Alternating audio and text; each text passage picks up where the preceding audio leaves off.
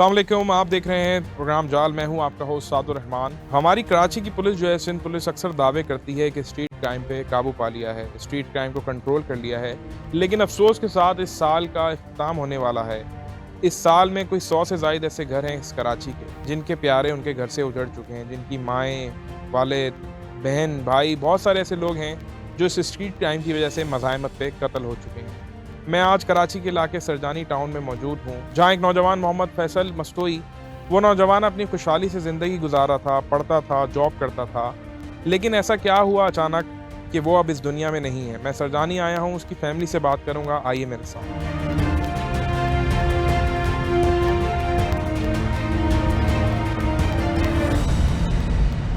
अस्सलाम वालेकुम। वालेकुम क्या सलाम। नाम है आपका? गुलाम शबीर मस्तूर। गुलाम साहब, कितने अरसे से रिहाइश पजीर हैं इधर सरजानी के सर इलाके? हमारे को 14 साल 11 माह आज 21 दिन हो गए सुलियारी में रहते हुए। तो क्या काम वगैरह करते हैं? कारोबार है, जी नौकरी जी, में अपनी नौकरी है सर। फैमिली में कौन है आपकी? बेटा है मेरा मोहम्मद सोहेल मस्तूर। बड़ा बेटा ये है, छोटा वही था शहीद मोहम्मद फैसल मस्तूई, अली रज़ा मस्तूई, मोहम्मद शहजाद मस्तूई, मोहम्मद फैजान मस्तूई। अच्छा, मतलब और 4-5 बेटे हैं जी आपके? जी, 5 बेटे थे, अब एक अल्लाह को प्यारा हो गया, शहीद अच्छा, हो मुझे गया। बताइएगा, ये बेटों में क्या था? कौन क्या क्या पढ़ रहा था? जॉब कर रहा था? जी जिसके जी साथ जी जी हादसा हुआ वो तो हम डिस्कस करते हैं। क्या ये लोग क्या पढ़ रहे हैं, जॉब्स वगैरह जी, कर? ये भी जॉब कर रहा था, ये गुलशन बीमार में कर रहा था। ये रात को बोला था, आता था वहाँ से 1 बजे छुट्टी करके, ये मामा होटल न्यू लिहारी एक्सप्रेस में बैठते थे होटल पे दोनों भाई, तो चाय वगैरह भी पी लेते थे। जब ये आता था तो वो छोटे वाला काम पे चला जाता था अपनी नौकरी पे, आर्मी हेडक्वार्टर मलिक छावनी में C6 नंबर गेट पे। तो ये इनकी मुलाकात भाइयों की नहीं होती थी कि जब ये उठता था छोटा भाई नहीं होता था, तो इसी के लिए वो बुलाता था इसको रात को। जॉब की वजह से जो है वो मुलाकात कम हो गई। तो जो आपके पास अब नहीं रहा जी। जमातें, उसकी कहाँ पे थी जॉब? छोटे वाले की बता रहे मलेर कैंट छावनी में, हैं? सी अच्छा। हाँ C6 नंबर गेट पे वहाँ पे थे ये। वहाँ नौकरी पे जाते थे, सुबह 6 बजे जाता था, शाम को तो 6। फोर्स में थी या सिविल आउटसाइड? जी नहीं नहीं, थे फोर्स में लेकिन सिविल में थे। अच्छा अच्छा जी जी अच्छा। जी सर। क्या टाइमिंग वगैरह थी? हाँ, सुबह 6 बजे जाता था, शाम को 6 बजे यहाँ घर में पहुँच जाता। मुझे बताइए गुलाम साहब कि आपके ऊपर क़यामत गुरी, जाहिर सी बात है, जवान बेटा जो है वो इस तरह से अगर कहीं पे इस तरह के हादसे का शिकार हो जाता है तो वालिदैन के लिए बड़ा मुश्किल होता है। जी ये सर। बताइएगा, आखिरी मुलाकात आपकी कब हुई थी उससे? क्या वो मुलाकात हुई थी भाई यही घर पे थे हम लोग, बाप बेटे घर में बैठे हुए थे। 1 बजे बेटे मेरे बड़े सोहेल का फ़ोन आ गया, भाई मेरे को ले जाओ। तो ये हमेशा ही जाता था, रात के 4 बजे भी जाता था, 5 बजे भी जाता था, 3 बजे भी जाता था, रात के 1 बजे भी जाता था लेने के लिए। मामा होटल पे बैठते थे, खाना भी खाते थे, चाय भी पराठा भी खाते मतलब ये थे। रूटीन था कि आप रूटीन था उसको डेली। पिक करने जाते थे? जी जी, वो पिक करने जाता था बड़े भाई को। तो वो वही। कहता था भाई तुम जो है वो मेरे पास आ जाओ? जी जी जी जी मतलब आप उसको लेने पिक करने आ जाता था? जी जी ठीक जी। है। तो वो उसी दिन जुमेरात का टाइम था, आज जैसे उसकी शहादत इसी जुमेरात को हुई है, रात के 1:15 बजे, ये दुआ पकवान के सामने। इस तरफ दुआ पकवान है, आने वाले रोड पे वहीं पे हुआ है रात के 1:15 बजे। ये वहाँ से मामा होटल से आ रहे थे, उसी दिन बच्चे ने घर पे भी खाना नहीं खाया। और वहाँ पे बड़े बेटे ने बोला, बड़े भाई ने इसको बोला कि फैसल बैठो इधर, खाना खाते हैं, अंडा पराठा भी खाते हैं, मैं भी भूखा हूँ। उन्हें बोला नहीं, चलो घर, चलो चलो चलो घर। ये भी जो है बरकी कौम के, ये रिहान वल्द मोहम्मद फ़ारूक दगेत और सलमान वल्द मोहम्मद हुसैन टीटी, ये जो है ये गलियाँ कूचा घूम रहे थे, इनको कोई शिकार नहीं मिला। जैसे मेरे बेटू ने दुआ पकवान के सामने जंप अच्छा, करा। आपने जो अभी जिक्र किया है, जी सर। ये वो लोग हैं जिन्होंने ये जिसने मेरे बेटे को गोली मारी आपको है। ये कैसे पता चला कि ये वो लोग हैं? जी सर, ये बच्चे जो है ना, ये मौके पे था ना, ये मेरा बड़े वाला बेटा। अच्छा, मतलब ये उसको जानते हैं, जी इस जी जी इलाके में जी। सरगर्म थे। नाम बताइएगा अपना? मेरा नाम सोहेल मस्तोई है सर। अच्छा सुहेल, मैं ही कह रहा था कि जिस तरीके से भी आपके वालिद साहब ने बताया कि वो एक प्रैक्टिस थी कि वो ऑफिस से आता था 6 बजे तक, जी, तो जी। फिर आपका जो है ऑफिस टाइमिंग जो था वो कभी देर सवेर होती थी, जी, तो अमूमन आपको पिक करने आता था। जी।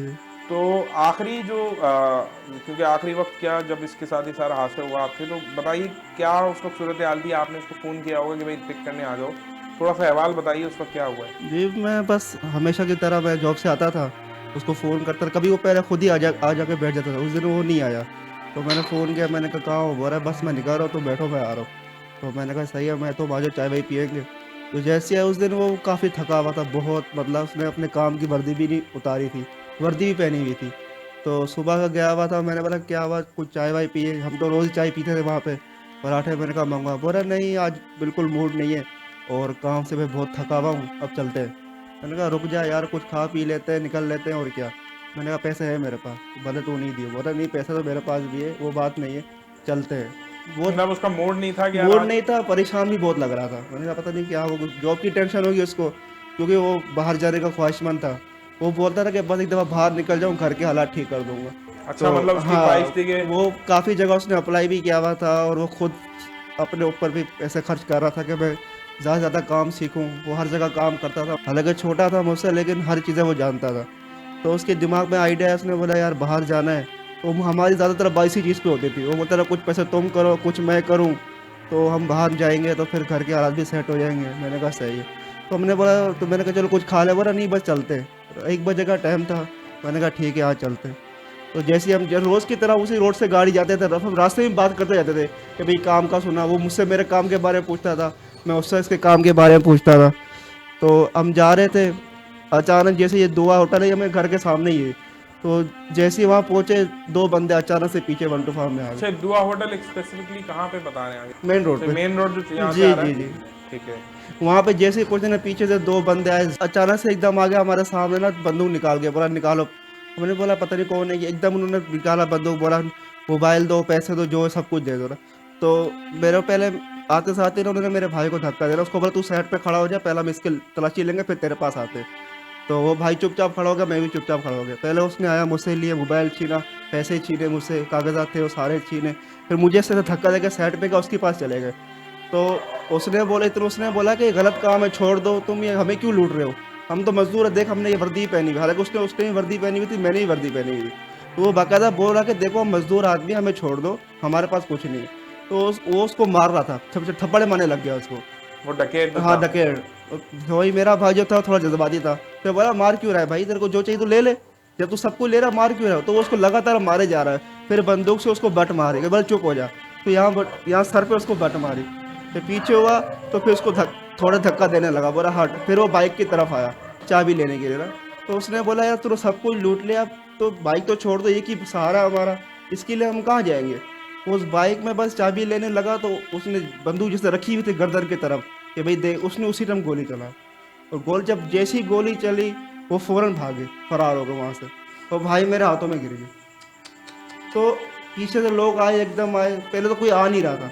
अगर लोग थोड़ी बहुत भी हिम्मत कर लेते, जैसे पीछे खड़े, पहले सब खड़े होकर तमाशा देख रहे थे, अगर थोड़ी बहुत वो हिम्मत कर लेते कि भाई हम ही क्या कर रहे हो, तो शायद वो भाग जाते, ये वाकया ना होता। लेकिन लोगों ने भी हिम्मत नहीं दिखाई। अमूमन मैं एक चीज़ कहूँगा कि जाहिर सी बात है, कराची के शहरियों के लिए बड़ा ये ऐसा मरहला है और ऐसा अफसोसनाक सूरत हाल होती है कि जिस तरीके से ये डकैती मज़ाहमत पे लोग कत्ल होते हैं, उसमें अमूमन लोग कुछ ऐसे भी होते हैं जो मदद कर देते हैं और काफ़ी सारे ऐसे होते हैं कि कहना तो ये चाहिए कि जिनमें ज़र्फ़ होता है या जिनमें ईमान की ताकत होती है वो तो आगे आ जाते हैं, लेकिन हर शख्स जो है ना वो इसमें लगा होता है कि हम आए तो हमारी ही जान कहीं ना चली जाए, तो इसलिए दूर ही रहो। लेकिन बड़ी ऐसी कंडीशन होती है कि इंसान मजबूर होता है और जिसमें बहादुरी होती है वो आगे आ भी जाता है।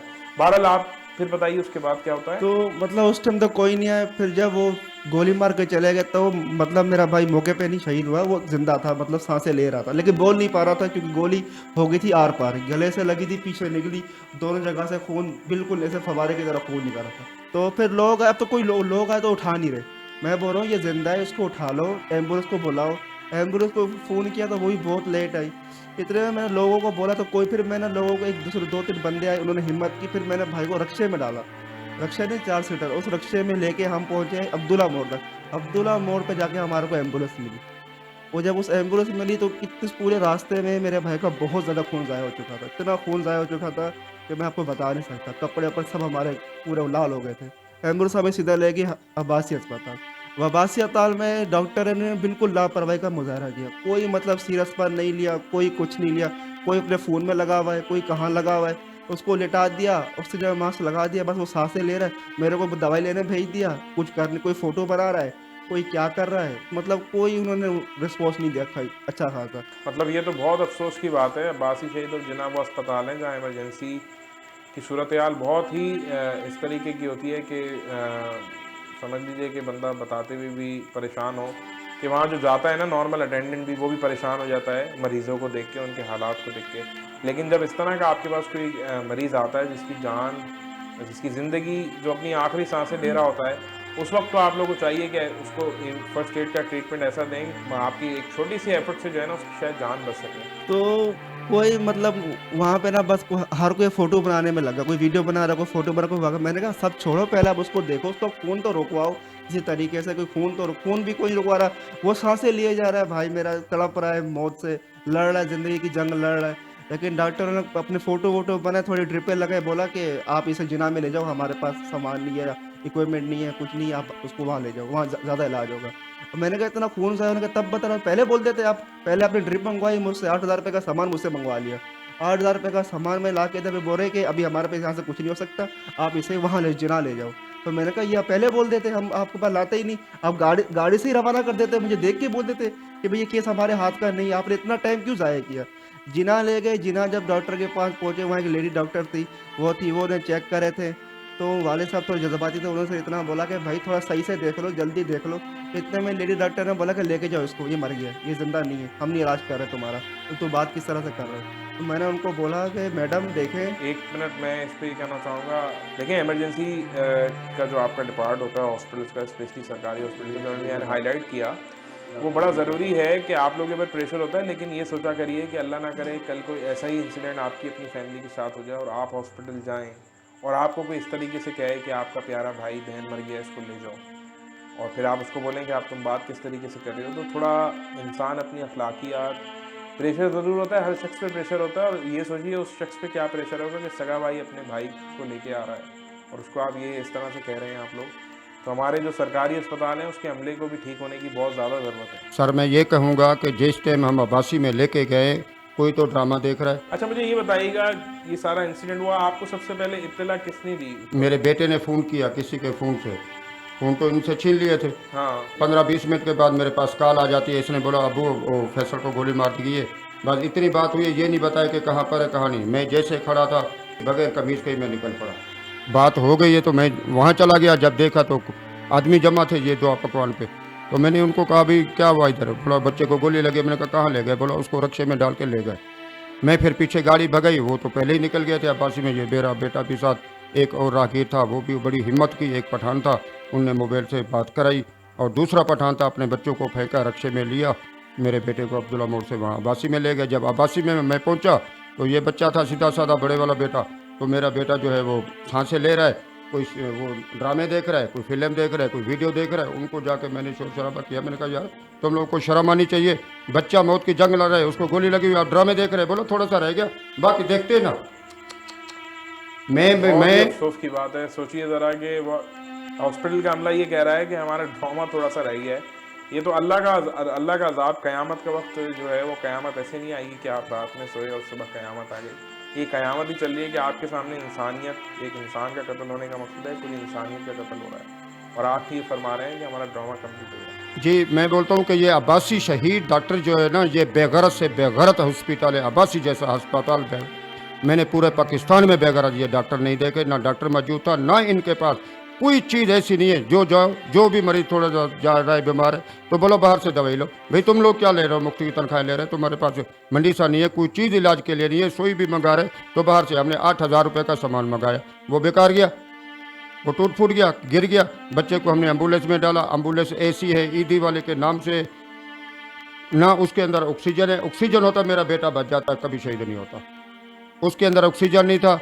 एक तो रक्शे में गया, ये रोडें भी जनाब ने देखी होगी, रास्ते में टूटी फूटी रोडें हैं, तो रक्शे में कैसे गया होगा? कितना खून, आधा घंटा तो यहाँ पड़ा रहा।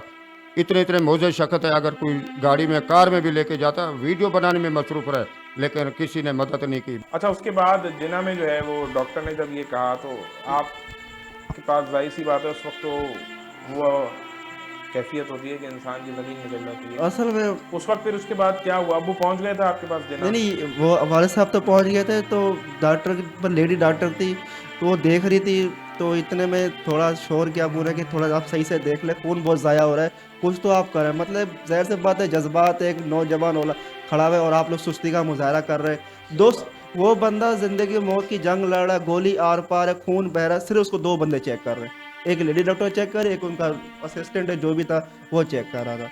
तो इतने में उन्होंने खुद चिल्लाना शुरू कर दिया लेडी डॉक्टर ने, कहा निकलो यहाँ से, इनको बाहर निकालो, कौन है ये, इनको निकालो यहाँ से, इनको बाहर करो, ये तो बंदा भी क्या कहते हैं मर गया है और हमारे ऊपर डाल रहे। मैंने कहा वो मरा नहीं, वो सांसें ले रहा, जबकि वो वाकई ले रहा था। लोगों ने भी खुद बाकायदा देखा है। इन्होंने टाइम ज़ाया किया, वो उसने अपनी सांसें दम तोड़ दिया उसने। मुझे बताइएगा, बहुत तकलीफ का भी आप लोगों का ये वक्त गुजर रहा है, जाहिर सी बात है, जवान बेटे की परवरिश पैदा करके परवरिश करना बड़ा एक जिगरा बड़ा दिल चाहिए होता है। मुझे बताइएगा, आप वालदा हैं, कब आपको खबर मिली, आपको सबसे पहले कब पता चला? 1 बजे के करीब फ़ोन आया, 2 बजे के करीब मेरे बेटे का फ़ोन आया कि फैसल को गोली लगी है। फिर मेरे शौहर ने मुझे उठाया, बोला कि उठो, फैसल को गोली लग गई है। फिर हम पीछे पीछे गए, अब्बासी तक पहुँचे। वहाँ मेरा बेटा ज़िंदगी मौत से लड़ रहा था, सांसें ले रहा था। किसी डॉक्टरों ने मेरे बच्चे को चेक नहीं किया, देखा नहीं उसको सही से। वो मेरे सामने लेटा हुआ है, खून जा रहा है, इतना खून बह रहा है। मैं चिल्लाती रही, एक एक को बोलती रही, मैंने कहा मेरे बच्चे को बचाओ, मेरे बच्चे का खून रोको। किसी ने नहीं सुनी।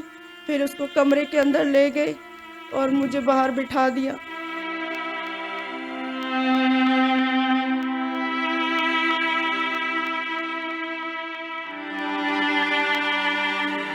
मेरे शौहर अंदर गए, फिर मेरे शौहर को बाहर भेज दिया। फिर मैं अंदर जाने लगी, फिर मुझे बाहर निकाल दिया। इतना इस तरह कर करके इन्होंने बहुत वक्त ज़ाया किया इन्होंने। लेकिन मेरा बेटा सांस ले रहा था। जब मैं गई तो मैंने देखा मेरा बेटा सांस ले रहा है, जिंदा था, वो सांस ले रहा था। जब कमरे से बाहर निकाला तो ना मेरे बेटे का सांस चल रहा था, ना मेरा बेटा जिंदा था। मेरे बेटा ये इसके पूरे बाजू तक, दोनों बाजू तक खून बह रहा था, पूरा नहाया हुआ था खून से। कहने लगे कि इसको जिन्ना में ले जाओ। जिन्ना में लेके गए, फिर वहाँ पे भी सांस चल रही थी मेरे बच्चे का। फिर कुछ देर के बाद ये चिल्लाने लग गए, चीखने लग गए। मैंने कहा क्या हुआ क्या हुआ। तो फिर मैं अंदर गई, जाके देखा कि लेडी डॉक्टर, सारे डॉक्टर चिल्ला रहे थे, बोले इनको निकालो, बाहर निकालो। मैं इनको चुप कराती रही। मैंने कहा जिंदा है मेरा बेटा, कुछ नहीं हुआ मेरे बेटे को। मेरा बेटा बहुत ज़हीन था, बहुत शरीफ था, जिम्मेदारी उठाने वाला था। अभी अपने भाई बहनों को जॉब भी कर रहा था, पढ़ाई भी कर रहा था, अपने छोटे छोटे भाई बहनों को पढ़ा रहा था। मैं तो कहती हूँ किसी माँ की गोद इस तरह ना उजड़े, किसी का जवान बेटा ना छीने। मेरे बेटे के कातिलों को ऐसी सजा दे, सजाए मौत दे, उनको फांसी पे चढ़ाए, तब जाके मेरे बेटे के रूह को शांति मिलेगी, सुकून मिलेगी। मैं एक चीज़ कहना चाहूँगा आईजी सिंध गुलाम नबी मेमन साहब, एडिशनल आईजी जावेद उर्दू साहब को, कि पुलिस ये ज़रा देखे कि 1 मिनट के लिए अगर आप सोचें थोड़ा सा कि आपका कोई रिश्तेदार हो और उसके माँ बाप इस तरीके से हॉस्पिटल में खड़े हों। डकैती, मज़ाहमत, कराची का स्ट्रीट क्राइम एक ऐसा मौजू है जो आप बड़े बड़े दावे जितने भी कर लें, स्ट्रीट क्राइम ना कभी ख़त्म हुआ है, ना आपसे कभी ख़त्म होगा। आप टास्क फोर्स बना लें, आप पिकटिंग लगा लें, आप कुछ भी कर लें, आपको जब आला हुकाम की तरफ से ऑर्डर्स मिलते हैं तो आप टिंटेड चीज़ों के ऊपर भी काम करते हैं, दूसरी चीज़ों के ऊपर भी काम करते हैं। लेकिन आप ये सोचिए कि स्ट्रीट क्राइम जो है अगर वो कंट्रोल कर लिया जाए, जो कि आप लोगों की बस में शायद लगता है नहीं है, तो ज़रा इस कैफियत का अंदाज़ा लगाइए कि माँ बाप अपनी औलाद के लिए हॉस्पिटल में खड़े हैं और इसकी वजह क्या है? वो स्ट्रीट क्राइम जो आप लोगों से कंट्रोल नहीं हो रहा। अगर वो स्ट्रीट क्राइम कंट्रोल हो जाता तो ये डकैत इस तरह से, इस साल के अंदर कोई 100 से ज़ायद कितने लोग हैं जो इस दुनिया से रुखसत हो चुके हैं, जिनकी कोई गलती नहीं थी, जिनको किसी ने दुश्मनी पे, किसी ने किसी के साथ किसी तनाज़े के ऊपर नहीं मारा, सिर्फ इसलिए मारा कि 15, 20, 25, 50 हज़ार रुपये के एक मोबाइल, उसकी क्या औकात है, उस मोबाइल की हिवस जो है उसकी जान ले ली। इन माँ बाप की तकलीफ़ को ज़रा सोचें। और मैं पुलिस से ये कहूँगा, आईजी साहब गुलाम नबी साहब आपसे, कि इस तकलीफ़ का थोड़ा सा एहसास लगाइए। तो कितने ऐसे माँ बाप इस कराची में जिनकी गोदें उजड़ चुकी हैं, जिन माओं की गोदें उजड़ चुकी हैं, जिन बापों के सहारे जो बेटा एक बाप का सहारा करना होता है, वो ज़रा उस तकलीफ़ को एक सेकंड के लिए आप सोचेंगे तो शायद आप महसूस कर सकें कि इनकी इस वक्त तकलीफ़ क्या है। मुझे आप बताइएगा कि क्या कहना चाहेंगे इस हवाले से कि आपका बेटा तो चले गया इस दुनिया से, आप पुलिस क्या इसमें थोड़ा सा मुझे इन्वॉल्वमेंट बताइए। जब आपको जिना में पता चला उसके बाद पुलिस ने अब तक आपके इस केस के ऊपर क्या कार्रवाई की? हाँ, पुलिस ने SHO सरजानी ने और SSP वेस्ट साहब तारिक इलाही मस्तोई साहब SSP साहब ने और पीर गुलाम हुसैन पीरजादा साहब SHO सरजानी, इनने हमारे साथ बड़ी मदद की है। एक तो अल्लाह ताला है, उसके बाद ये 2 बंदे हैं, इनने अपनी पूरी पुलिस टीम के साथ हमारे साथ बड़ा तावन किया, 24 घंटे हमारे साथ रहे। यहीं जय बकुए से लेके इनने पिस्टल भी बरामद किया, दगेज भी पकड़े, उनको 3-3 गोलियां भी मारी हैं ये टांगों में, उनको मजूर भी किया है। इनने पैसे भी 80,000 रुपये बरामद किए हैं, मोबाइल भी मेरे बेटे का बरामद किया है, मोटरसाइकिल भी बरामद किया है, पिस्टल और गोली भी मौके पे ही बरामद की है। मुलजमान दोनों गिरफ्तार हैं, रेहान वालिद मोहम्मद फ़ारूक कौम बरकी, सलमान टीटी वालिद मोहम्मद हुसैन कौम अगवानी, ये मौके में पकड़े गए हैं। पुलिस ने बड़ी हिम्मत की है। 15 को हम कॉल किए है, तकरीबन हम 24 घंटे हो गए, 15 हमारे पास नहीं पहुंची, ना ही उन्होंने हमारे को कोई रिस्पॉन्स दिया। 3 बार मैंने कॉल की थी, लेकिन SHO सरजानी ने और SSP वेस्ट साहब ने तारिक इलाही मस्तोई साहब ने इनने बड़ी मदद की है। और मैं कहता हूं कि एक जैसे अफसरान कोई माँ पैदा करती है, हर माँ नहीं पैदा करती। SHO सरजानी, अच्छा लगता है जब पुलिस अगर स्ट्रीट क्राइम तो रुक जाए तो जान ही बजाती है, जब से ये थोड़ा सा फैमिली को मुतमईन नहीं हो जाती है कि कातिल की गिरफ्तारी बड़ी इंपॉर्टेंट है। और अगर इसी तरीके से बाकी डिस्ट्रिक्ट के भी और पूरे कराची की पुलिस एफर्ट करे तो बहुत सारे केसेस ऐसे हैं जिनके मुल्जिमान फौरी पकड़े जा सकते। मैं ये समझता हूँ कि ये हमारा नसीब अच्छा था। मेरे बच्चे ने इनको कहा था दगेतों को कि मेरे को मारोगे तो आप भी मारे जाओगे, आप नंगे हो जाओगे। मेरा बेटा, मैं कहता हूँ कि लाखों करोड़ लोगों की माँ की गोद उजड़ने से बचा गया, कि ये हमारा नसीब अच्छा है, अल्लाह ने साथ दिया। पुलिस टीम ने SHO जब से आया इसको 1.5 माह हो गया, उस दिन उसकी पोस्टिंग हुई जिस दिन मेरे बेटे का वाक़या हो, उसको भी 1.5 माह हो गया। SHO साहब को अल्लाह उसको ज़िंदगी दे, तरक्की दे, और SSP तारिक इलाही मस्तोई साहब को तरक्की दे। इनने हमारे साथ बड़ी मदद की है, बड़ी तावन की है। जब तक हमने अपने बच्चे को रवाना नहीं किया, हम लोग नहीं रवाना हुए, ये हमारे साथ रहे ईदी तक। इससे मतलब आप मुतमईन है। और उसके बाद हमारा केस चला गया SIU CIA के पास, तारिक शाह जमान साहब के पास चला गया SIU में। उसने भी हमारी बड़ी मदद की है, उसने नियत दयानदारी ईमानदारी के साथ काम किया है।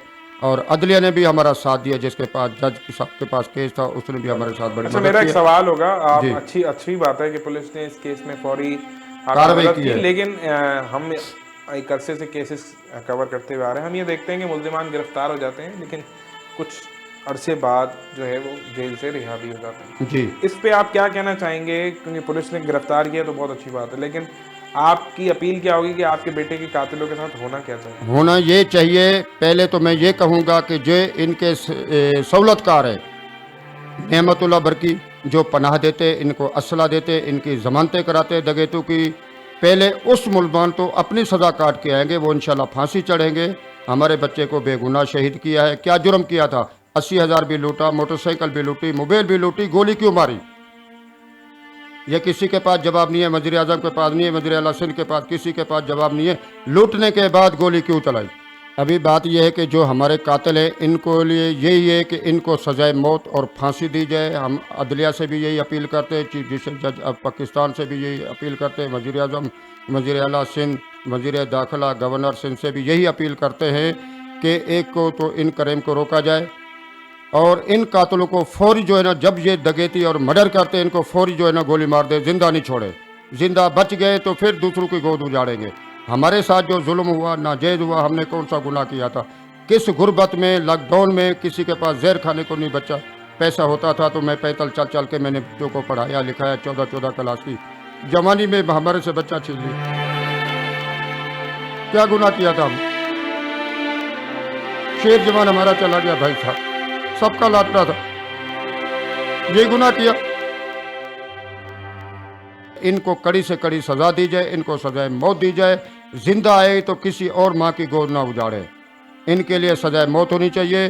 और मैं ये भी अपील करूँगा कि इस लिहारी के अंदर जितनी भी पनाहगीर है, ये अगवाकारियाँ हैं, ये लैंड क्रैपर हैं, ये मुस्तफा बरकी वाले, मैं यही कहता हूँ आईजी गुलाम नबी मेमन से इनके खिलाफ सख्त सख्त कार्रवाई की जाए और इनके खिलाफ सख्त एक्शन लिया जाए। आप भी आखिर में बता दें, जब कातिल गिरफ्तार हुए इनके साथ क्या होना चाहिए, क्या कहेंगे आप बेटे के लिए? गिरफ्तारी तो हो गई, लेकिन गिरफ्तारी ही सिर्फ नहीं होता, आप क्या चाहती हैं उन कातिलों के जिसने कत्ल किया है, उन मुल्ज़िमान का क्या होना चाहिए, क्या अपील करेंगे? सबसे पहले मैं तो ये कहती हूँ कि मेरा फैसला आप लोग वापस ला दें। मेरा जवान बेटा मुझे वापस ला दे। नहीं ला सकते हैं, मुझे लेके चले, मैं उसको गोली मारती हूँ।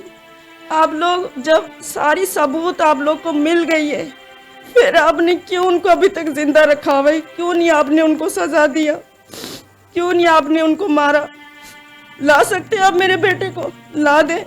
भाइयों का जो ताल्लुक होता है आपस में, वो ऐसा होता है कि भाई दोस्त भी बहुत अच्छे होते हैं और भाइयों की मोहब्बत भी होती है। और जिस तरह से इन दोनों का आपस में रहन सहन था, आना जाना था, रोज़ एक दूसरे को पिक एंड ड्रॉप कर रहे हैं, चल रहा है, बड़ा दिल का एक तुम्हारा कहना चाहिए कि दिल दो टुकड़ों में टूट गया होगा।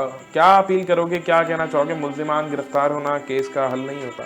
जी बिल्कुल। उसके बाद क्या कहोगे, क्या अपील करोगे, बताओ। मैं यही अपील करना चाहता हूँ कि जिस तरह इन्होंने मुझे मेरे भाई से जुदा कर दिया, मेरी आंखों के सामने मेरे भाई को मार दी। मतलब हर चीज़ ले जाने के बाद बस छोटी सी बात पे तुम बंदे को मार देते हो। ना तुम ना जानते हो, ना तुम्हारा कोई लेना ना कोई देना।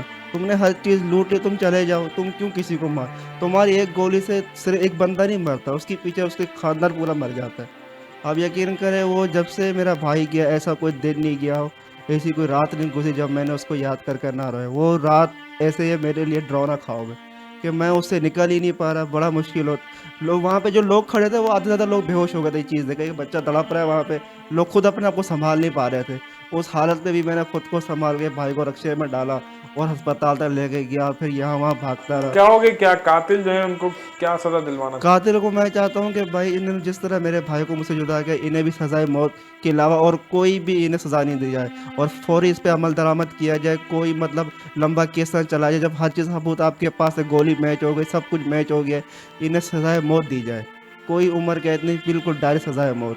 खून का बदला खून है, बिल्कुल।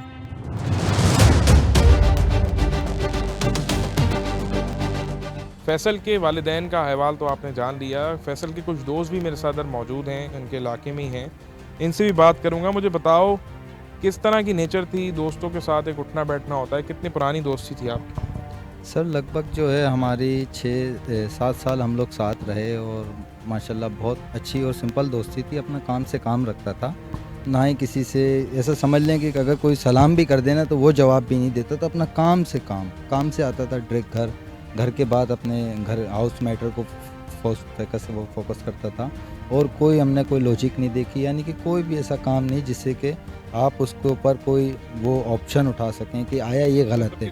जी, काम से घर के बाद जो अपना कोचिंग के बाद यानी कि एजुकेशन के मामला देखता था, यानी कि बहुत सुलझा हुआ लड़का था। आजकल के जो नौजवानों में तरह तरह के मामला यानी कि अफेक्ट हैं, ऐसा कोई अफेक्ट उसमें नहीं था जो आप उसके ऊपर कोई इल्ज़ाम तराशी कर। मतलब वो अपनी लाइफ में, अपनी पढ़ाई, अपनी जॉब में मसरूफ़ रहता था। बिल्कुल दुरुस्त। आजकल के नौजवानों के हिसाब से जो आजकल आप देख रहे हैं माशी हालात और जो नौजवानों की हालात चल रही हैं, उससे 10 गुना बेहतर था। ये बताओ, आपको सबसे पहले खबर कब मिली? आप इलाके में थे, क्या हुआ? मैं आपको बताता हूँ कि रात का लगभग जो है 12:30-1 के बीच का टाइम था और मैं बैठा हुआ था इनसे तकरीबन 1 किलोमीटर की दूरी पे। फायर की आवाज़ जो है मेरे कानों तक आया। हमने ये तक कहा है कि या अल्लाह खैर करे। तो फिर 5 से 10 मिनट बाद मेरे पास कॉल भी आई है, लेकिन वो जैसी मैंने कॉल अटेंड की है वो डिस्कनेक्ट हो गई ना, राब्ता नहीं हो पाया इस वजह से। हालांकि उस टाइम पे मैं उनके बहुत करीब था, अगर मेरे साथ जी राब्ता हो जाता तो मैं बहुत सबसे पहले इनको फेस कर पाता, मगर वही वाली बात है कि नागानी की सूरत में जो है राब्ता। तो ये मुल्ज़िमान उसी वक्त 24 घंटे में पुलिस ने, जैसे इसके वालिद ने बताया, गिरफ्तार भी हो गए। आप क्या कहना चाहोगे अब इसके ऊपर? मुल्ज़िमान गिरफ्तार तो हो जाते हैं लेकिन कुछ अरसे में जो है वो रिहा भी हो जाते हैं, इस पर क्या? सर इस पे मैं यही कहूँगा कि मुल्ज़िमान गिरफ्तार करना जो है किसी भी मैटर का हल नहीं होता है। नेमो बदल वैसा ही होना चाहिए, तो ये हमारे दिलों की भी तस्कीन होगी। आया क्या चाहते हो, क्या हो? बस जैसा हम जैसे हमारे भाई ने यार दोस्ती एक जगह, यारी दोस्ती एक जगह, पहले भाई बंदी का, दीनदारी का रिश्ता, उसी रिश्ते को मद्देनज़र रखते हुए जैसे हमारे भाई ने तड़प तड़प के जान दी है, ऐसे ही हम खुद अपने हाथों से तड़पा के जान लेना चाहते हैं। आप क्या कहेंगे भाई, फैसल के साथ जो कुछ हुआ उसके मुल्ज़िमान तो गिरफ़्तार हो गए हैं, आप क्या अपील करेंगे IG सिंध से, हुकूमत से, क्या कहना चाहेंगे? सर मुलजिम तो मुलजिम होता है, मुलजिम को बस एक ही बात होती है, सज़ा मिलनी चाहिए ताकि इनके माँ बाप को, इनके घर वालों को, इनको भी तसल्ली हो जाए कि वाकई हमारे साथ भी हुकूमत ने, पाकिस्तान ने इंसाफ किया। पुलिस ने तो खैर इनिशियली तो कोऑपरेट किया, बड़ी बात है, 24 घंटे में गिरफ्तारी हो गई, वरना हमने तो ऐसे भी केसेस देखते हैं हम लोग कि यूजुअली महीनों गुजर जाते हैं और मर्डर्स की मुल्ज़िमान जो है वो गिरफ्तार नहीं होते। जैसे उसके वाले साहब भी बड़े मुतमईन हैं पुलिस की कार्रवाई से, लेकिन गिरफ्तारी के बाद जेल भी जाते हैं मुल्ज़िमान, उसके बाद छूट जाते हैं। इस पर क्या कहोगे? बस सर ये तो अभी गवर्नमेंट के अपने ऊपर है ना कि ऐसे लोगों को अगर वो छूट देंगे तो फिर तो ऐसे केसेस सामने आते रहेंगे, तो फिर तो इसका कोई ऐसा हल है ही नहीं। बस इसको अगर सज़ा मिल जाए ताकि 10 बंदों को और को भी पता चल जाए कि भाई इस काम की ये सज़ा है, ताकि और लोग भी बच सकें इस चीज़ से।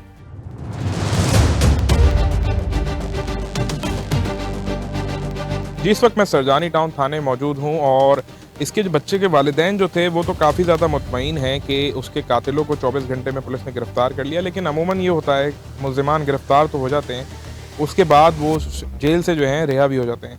हम यहाँ के जो SHO हैं गुलाम हुसैन पीरज़ादा, उनसे भी बात करते हैं, मेरे साथ आइए।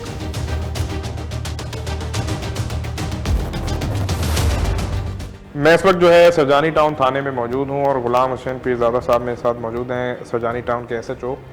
इनसे बात करेंगे। मुझे बताइएगा ये जो वाक़या हुआ डकैती मदायमत पे, इस नौजवान को जो है वो कत्ल कर दिया, इनिशियली आपको खबर कब मिली? क्योंकि उसके वालिद का बेचारों का कहना था 1-5 यूजुअली की जाती है, टाइम पे नहीं पहुंचती, लेकिन वो आपकी कार्रवाई से बड़े मुतमईन नज़र आए। आप बताइएगा इस हवाले से। जी, जैसा कि मुझे SHO सरजानी पोस्टेड हुए कोई 1.5 से 2 महीने हुए, और जब ये इंसिडेंट हुआ था, मैं रिसेंटली आया था, हफ्ता 10 दिन मुझे हुए थे, और अनफॉर्चुनेटली ये जब इंसिडेंट हुआ मुझे इत्तला मिली, मैं फौरी तौर पे मौके पे पहुंचा, तो मौके से शवाहिद इकट्ठे किए।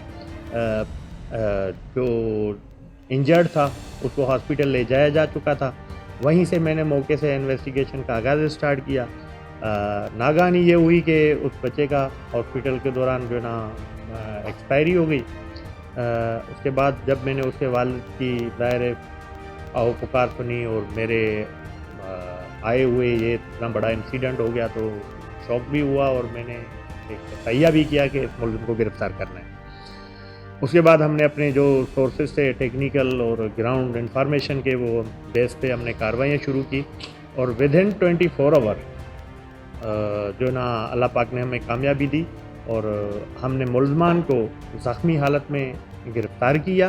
कहाँ से गिरफ्तार किया? पुलिस मुकाबला हुआ है, कोई इनकी लोकेशन? क्योंकि जाहिर सी बात है इनिशियली बड़ा मुश्किल होता है क्रिमिनल्स को कैप्चर करना, तो वो जी क्या? जब हमने अपनी ऑब्जर्वेशन की कि हमने इनके जो मुल्ज़मान हैं उनके आने जाने के जो रास्ते हैं, जहाँ जो ज़्यादातर वो रास्ता आने जाने का यूज़ करते हैं, और वहाँ पे हमारे यहाँ हमने एक हमेश पार्टी लगाई थी कि जहाँ पे गुज़रगाह थी मुल्ज़मान की अक्सर और बेशतर। तो उस पे जब हमने एक नाका लगाया तो दौरान चेकिंग 2 मुल्ज़मान को रुकने का इशारा किया, जिन्होंने पुलिस पार्टी पे फायरिंग कर दी। रोज़ीकोट साइड है, तो वहाँ पर जो है ना इनसे हमारा इनकाउंटर हुआ, जिसमें वो दोनों मुल्ज़मान ज़ख्मी हालत में गिरफ़्तार हुए, और उनसे वही पिस्टल बरामद हुई जो एक दिन पहले उन्होंने जिस पिस्टल से उस बच्चे का नागाह ने कत्ल किया था, और उनके पास से वो मोबाइल फ़ोन भी बरामद हुआ जो बच्चे से छीना हुआ मोबाइल था। तो हमारी तस्दीक हो गई कि यही मुल्ज़मान थे। फिर हमने मज़ीद इन्वेस्टिगेशन के हवाले किए, जबकि इन्वेस्टिगेशन ने उन मुल्ज़मान की शनाख्त रेट दी, क्योंकि जो मुतवफ़ी था उसका भाई इस वाक़े का एनी शाहिद उसके साथ था, तो उसने बखूबी मुल्ज़मान को देखा था और उसने बताया था कि मैं शनाख्त कर सकता हूँ। तो जब हमने मुल्ज़मान गिरफ़्तार किए और हम इन्वेस्टिगेशन वालों ने उसकी शनाख्त परेड कराई, तो उन्होंने बिल्कुल मुल्ज़मान को शनाख्त किया, और जो आला कत्ल बरामद हुआ था, जो कि उसने बताया था कि मेरी बिल्कुल आंखों के सामने मेरे भाई को जब गोली मारी गई थी तो पिस्टल मैंने बड़ी गौर से देखी थी, क्योंकि वो उसने जो कलर पिस्टल का बताया था, और जब हमने बरामद की और बताया कि ऐसी पिस्टल थी, तो वो तकरीबन बोला यही पिस्टल थी। उसके बाद इन्वेस्टिगेशन में जब शनाख्त परेड हो गई और वो फॉरेंसिक के लिए पिस्टल भेजी गई, जो इंसिडेंट में हमें मौके से खोल बरामद हुआ था, और वो जो पिस्टल बरामद हुई बाद में मुल्ज़मान से, उनको जब फॉरेंसिक करवाया गया तो वो मैच हो गई। अच्छा। तो हमारा केस जो है ये बहुत अच्छा केस हमने ट्रेस किया है, और हमें पूरी उम्मीद है अपनी आलिया अदालत से कि इंशाल्लाह इन मुल्ज़मान को सख्त से सख्त सज़ा। मुझे भी बताइएगा एफआईआर में कौन कौन सी दफ़ात शामिल, क्योंकि अक्सर ये होता है कि मुल्ज़िमान पकड़े जाते हैं, उनके वालिदैन का भी ये कहना था कि मुल्ज़िमान पकड़ तो लिए और बहुत अच्छी कार्रवाई की पुलिस ने। और मैं तो ये कहूँगा अगर पूरे कराची की पुलिस इसी तरीके से काम करे तो बहुत सारे स्ट्रीट क्रिमिनल जो हैं पकड़े जा सकते हैं। दफ़ात कौन सी शामिल की, क्योंकि अक्सर मुल्ज़िमान जो हैं वो रिहा भी हो जाते हैं, आपको भी पता होगा। जी, इसमें एक तो कत्ल की दफ़ात हैं और डकैती की दफ़ात हैं, वो हमने लगाई हैं। उसके बाद जो पुलिस पे उन्होंने इनकाउंटर में पुलिस पे फायरिंग की है, वो दफ़ात लगाई हैं। तो और जो केस इस वक्त तक हमारी प्रोसिक्यूशन है, जो हमारे इन्वेस्टिगेशन अफसर हैं, उन्होंने केस जिस किस्म का बना है, इंशाल्लाह इनको सख्त से सख्त सज़ा मिलेगी। और उसके अलावा भी उन्होंने मुतअद्दिद वारदातों का इंकशाफ किया है। ये वारदात उनकी पहली नहीं थी, कई वारदातें थी, और उनका साबिक़ा क्रिमिनल रिकॉर्ड भी मिल चुका है। वो पहले भी जेल जा चुके हैं इन डकैतियों की वारदातों में। तो हमें उम्मीद है कि इनको सख्त से सख्त सज़ा मिलेगी। बहरहाल हमने अपनी स्किल्स इस्तेमाल करते हुए, मैंने क्राइम फाइट करते हुए तकरीबन 2 महीने में 40 से ज़्यादा मुल्ज़मान जो है street criminals, genuine street criminal, जिनमें 2 वारदातों से लेकर 50 वारदातों तक उन्होंने करी हैं, वो मुल्ज़मान में अभी तक उनको बंद कर चुका हूँ, जिसमें से 9 से 10 मुल्ज़मान ऐसे हैं जो हम इनकाउंटर में इंजर्ड कर चुके हैं। बड़ी बात है। 40 मुल्ज़मान गिरफ्तार हो चुके हैं, जिसमें से 9 से 10 मुल्ज़मान इंजर्ड हालत में गिरफ्तार हुए, और उनका असला भी बरामद हुआ है, मुख्तलिफ छिनी हुई चीज़ें भी बरामद हुई हैं, मोटरसाइकिलें भी बरामद हुई हैं। तो हमने अपनी जितनी भी मेरी सर्विस की अपने स्किल्स हैं, वो मैंने इस्तेमाल की हैं। उसके अलावा भी सोशल वर्क के हवाले से भी मैं आपको बताता चलूँ कि यहाँ पर जो हमारा है पब्लिक और पुलिस में जो गैप है, उसको ख़त्म करने की भी मैंने कोशिश की है।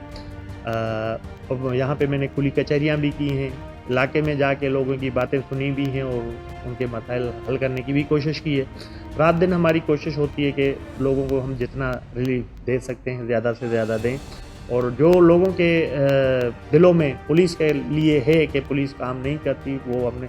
अच्छा, इसके अलावा मैं बताता चलूँ कि हमने तकरीबन कोई 25-30 मोबाइल फ़ोन्स मैंने इस 1.5-2 महीने के अंदर लोगों की छिनी हुई, चोरी शुदा, मिसिंग शुदा वो मोबाइल भी हमने रिकवर करके लोगों तक डिलीवर की हैं। जो लोग यहाँ आए थे, जिनको एसएसपी साहब के हाथ से मोबाइल हमने उनको जब दिलवाई थी, तो उनके खुशी का अंदाज़ा नहीं था, और उन्होंने कहा कि पुलिस ऐसा भी करती है कि हमारे 3 महीने पहले मोबाइल छिन गया था, या चोरी हो गया था, या गुम हो गया था, पुलिस बुला के बोल रही है अपना मोबाइल ले जाओ। किसी का लाख का मोबाइल था, किसी का 50,000 का मोबाइल था, किसी का पर्स था, किसी का बटुआ था।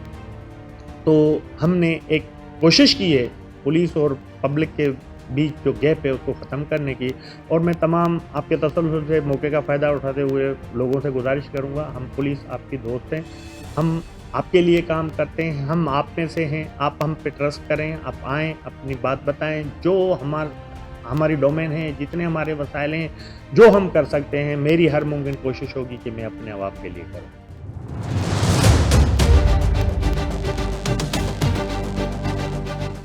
इस केस में तो मुल्ज़िमान गिरफ्तार हो गए हैं, पुलिस ने 24 घंटे में जो है उसके मुल्ज़िमान को गिरफ्तार कर लिया। लेकिन अभी जिस तरह से कराची की सूरत हाल है, यहाँ स्ट्रीट क्राइम कंट्रोल नहीं होता, जैसे मैंने शुरू में कहा, और इस तरह से मुल्ज़िमान भी गिरफ्तार हो जाते हैं, उसके बाद उनको जेल भी हो जाती है, और जेल होने के बाद वो रिहा भी हो जाते हैं अमूमन। लेकिन यहाँ भी जो SHO से हमारी बात हुई, उन्होंने कहा कि इस तरह की दफ़ात लगाई हैं कि वो रिहा नहीं हो सकेंगे। लेकिन मेरा ये कहना है कि अगर स्ट्रीट क्राइम के ऊपर थोड़ा सा पुलिस को चाहिए कि वो नज़रसानी करे, क्योंकि देखें जिसके घर से उसका प्यारा चले जाता है वो इन तमाम फॉर्मेलिटीज़ से वापस नहीं आता। आप उसके दुख को कम ज़रूर कर सकते हैं, लेकिन ख़त्म नहीं कर सकते। स्ट्रीट क्राइम कराची का एक ऐसा मैटर है, एक ऐसा मौजू है पुलिस के लिए, हमारी फोर्सेस के लिए, हमारी एजेंसीज़ के लिए, कि वो मैटर अगर हल नहीं होगा तो इस तरह और भी कितने सारे ऐसे घर हैं जो उजड़ते जाएंगे। अल्लाह ताला हम सबको महफूज रखे।